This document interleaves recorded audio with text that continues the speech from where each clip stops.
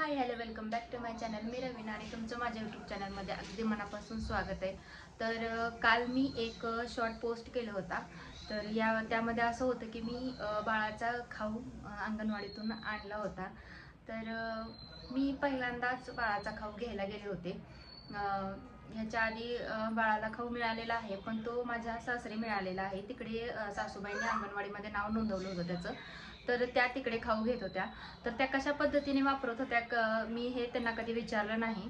आणि तिथल्या अंगणवाडीतून त्याचं नाव वजा केलं आणि मग इथे पुण्यामध्ये त्याचं नाव मी अंगणवाडीमध्ये नोंदवलं. तर तिथे मला 2 महिन्यानंतर त्याचा खाऊ मिळाला होता आणि मला काय काय मिळते हे बघण्याची खूप एक्साइटमेंट होती, म्हणून मी तो खाऊ घ्यायला गेले होते. तर तुमच्यासोबत पण मी शेअर करावा म्हणून तो शॉर्ट पोस्ट केला होता. तर खूप ताईंनी मला असा प्रश्न विचारलेला की ते खाऊ चांगलं असतं का, तुम्ही ते बाळाला चारता का, ते योग्य आहे का बाळासाठी, व्यवस्थित असतं का वगैरे वगैरे, अशा खूप सारे प्रश्न विचारले होते त्या शॉर्टमध्ये. तर म्हटलं तुमच्याबरोबर काहीतरी शेअर करावं.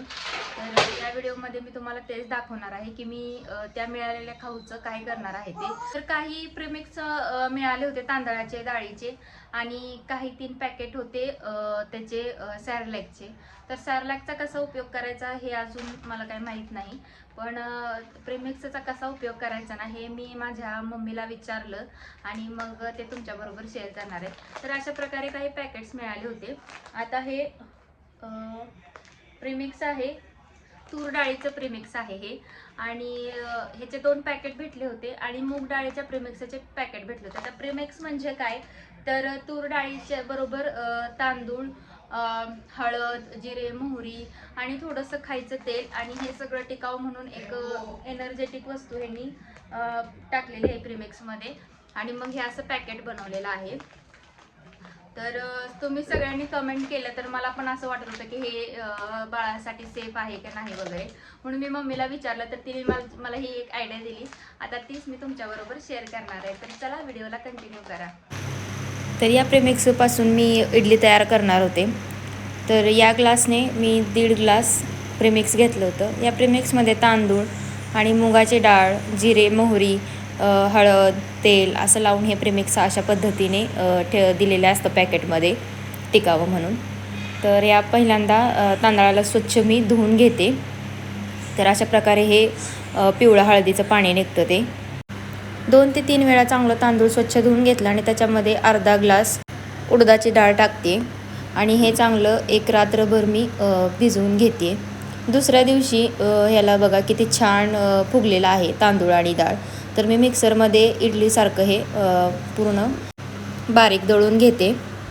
तर अशा पद्धतीने मी ही पीठ दळून घेतले. दळलेलं पीठ मी 4 ते 5 तास फर्मेंट करायला ठेवणार आहे. तर बघा फर्मेंट किती छान झालेलं आहे, माझं पीठ फुगून असं वर आलेलं आहे पूर्ण.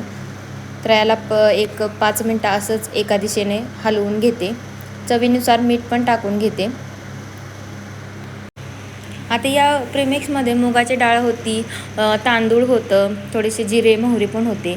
ते काही तांदळापासून वेगळे झाले नाही. धुतल्यानंतर ते एकत्रच होते आणि असंच मी भिजत घातलेलं.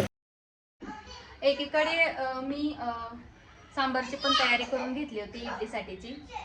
तर आता मी सांबारची पहिले तयारी करून घेते आणि मग इडलीला टाकते. सांबार माझा उकळतोय, आता मी इडलीला टाकून घेते. पाणी गरम करायला ठेवले इडली पात्रात. त्याच्यामध्ये एक छोटासा लिंबू टाकते. म्हणजे काय होतं की या लिंबूचा फ्लेवर ना या इडलींच्या ह्याच्यामध्ये येतो, असा वास, तर तो खूप छान लागतो. आणि पातेलं म्हणजे हे जे भांडं आहे ना इडलीचं, ते घाण पण होत नाही. आता इडली करून घेते. त्यामध्ये या सगळ्या पात्रांना तेल लावून घेते. पहिल्या पात्रात हा बॅटर टाकून घेते. बॅटर मध्ये मी चवीप्रमाणे मीठ टाकून घेतलेलं आहे पहिलाच.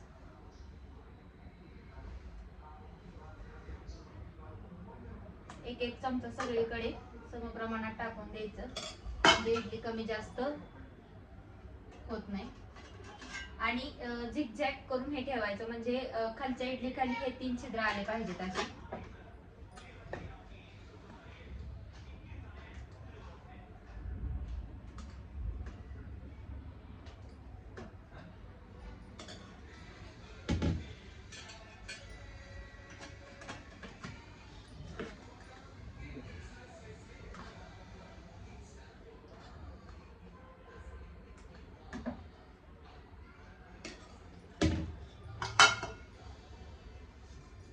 झाकून घेते.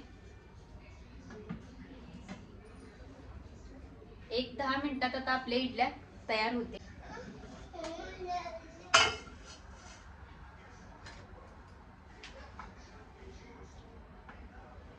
इडल्या एकदम परफेक्ट आपल्या शिजलेल्या आहेत. तर आता मी बाहेर काढून घेते यांना आणि थोडंसं गार झाल्यानंतर या पात्रातून बाहेर काढायचं. सांबारला बघा किती छान उकळी आली. कमी तेलात आणि कमी तिखटमध्ये अगदी सरळ सोपं सांबार बनवलं होतं मी. बाळ पण इडली सांबार खूप आवडीने खातं, त्याच्यामुळे कमी तिखट बनवलं होतं. इडली पात्रात आता इडल्या गार झाल्या तर छान अशा चमच्याच्या साह्याने काढून घेते. तर बघा किती छान निघत आहेत त्या इडल्या. अशी छान इडली निघत असेल ना तर समजायचं की ती आतून पण एकदम स्पॉन्जी झालेली आहे. खूप टेस्टला पण छान लागते. स्वयंपाक आज करायला तसा उशीरच झाला होता. बाकीचं सगळं लवकर झालं होतं, पण मॅच बघत बसलो होतं त्याच्यामुळे जरा लेटच झालं होतं. तर पहिल्या पात्रातल्या इडल्या बाळासाठी आणि त्याच्या बाबांसाठी काढते. सांबार बघा किती छान इडलीवरती स्प्रेड होते. तर अशा प्रकारे ह्या इडल्या तयार करून झालेल्या आहेत. बघू शकताय किती छान एकदम स्पॉन्जी झालेल्या आहेत ह्या इडल्या. थोडासा येलो कलर दिसतो मगाशी सांगितल्याप्रमाणे, का तर प्रेमिक्समध्ये हळद असते ना, त्याच्यामुळे थोडंसं येलोइश कलर इडल्यांमध्ये येतो. हळदीचा कलर लवकर जात नाही. आणि हे सांबरची रेसिपी मी टाकलीच नाही आहे. जर तुम्हाला हवी असेल तर मला कमेंटमध्ये सांगा, मी नक्कीच रेसिपी शेअर करेन.